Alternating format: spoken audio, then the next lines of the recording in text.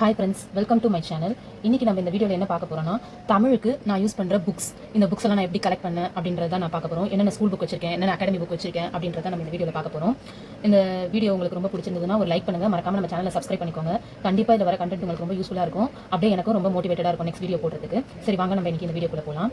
School books அப்படின்னு பார்க்கும்போது நான் நியூ புக்ஸ் எல்லாமே வச்சிருக்கேன், அதாவது நியூ தமிழ் புக் எல்லாமே வச்சிருக்கேன். நான் இது எல்லாமே நான் வந்து இங்கே விட்ட பழைய புக்கு கடையிலையும் மோர் மார்க்கெட்லையும் தான் நான் வாங்கினேன்.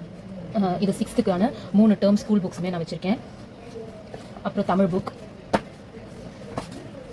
8th 9th 10th 11th 12th பொது தமிழ் புக் இது எல்லாமே வச்சிருக்கேன் நான்.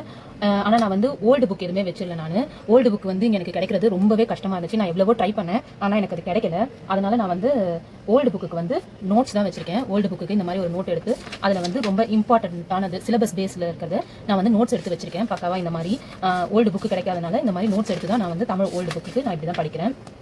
இதுதான் நான் ஃபஸ்ட்டு தமிழுக்குன்ட்டு டிஎன்பிஎஸ்சி படிக்க ஆரம்பிக்கும் போது நான் தமிழுக்குன்னு எடுத்த நோட்ஸ் இதுதான். அப்போ வந்து என்கிட்ட அவ்வளோ புக்ஸ் இல்லை. ஸோ சாரி ஹேண்ட் பார்த்து இது பண்ணாங்க. நான் ஃபுல் எனக்கு புரியுற மாதிரி ஒரு லெசனுக்கும் ஏற்ற மாதிரி நான் எழுதி வச்சிருக்கேன்.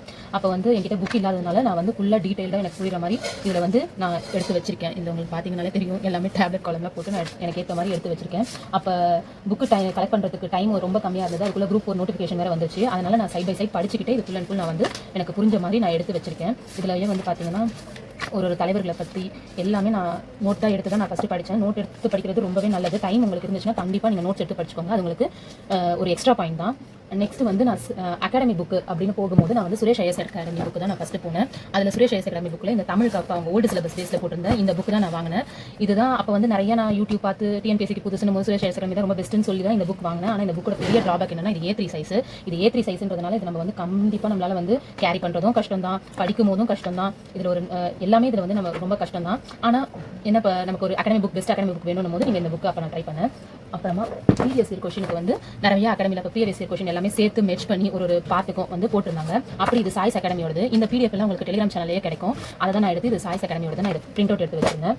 இப்போ நியூ சிலபஸ் மாற்றினதுக்கு அப்புறம் ஒரு அகாடமி புக் வேணும் அப்படின்னு நினைக்கும் போது நான் திரும்ப அதே ரொம்ப என்கிட்ட இருக்க மோஸ்ட் ஆஃப் த அகாடமி புக்கில் வந்து சுரேஷ் ஐஎஸ் அகாடமி தான் இருக்கும். அப்படி தான் வந்து இதுதான் இப்போ நியூ சிலபஸ் பேஸில் வந்து நான் சுரேஷ் ஐஎஸ் அகாடமியோட தமிழ் புக் இதுவும் டெலிகிராம் சேனல் எனக்கு கிடைச்சது நான் பிரிண்ட் அவுட் எடுத்து வச்சுக்கிட்டேன்.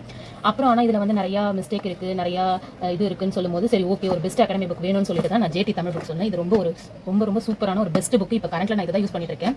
உங்களுக்கு ஸ்கூல் புக் வைஸ் படிக்கணுமா, சிலபஸ் வைஸ் படிக்கணுமா அப்படின்னும் போது ரொம்ப கன்ஃபியூஷனாக இருக்கும்போது உங்களால் எங்கே இருக்கிறது சிலபஸில் இருக்கிறது எங்கள் ஸ்கூல் புக்கில் இல்லைன்னு தெரியும்போது நீங்கள் கண்டிப்பாக இந்த புக்கு போனால் ரொம்பவே யூஸ்ஃபுல்லாக இருக்குது. இந்த புக்கில் இருக்கிறத படிச்சுட்டு நீங்கள் அப்புறம் ஸ்கூல் புக் படிக்கலாம். உங்களுக்கு ரொம்ப நிறைய டைம் இருக்குது, ஃபுல் ஆஸ்பெக்டாக இருக்கும். நீங்கள் ஸ்கூல் புக் படிச்சுட்டு இந்த புக் படிக்கலாம். இது ரொம்பவே யூஸ்ஃபுல்லான புக்கு.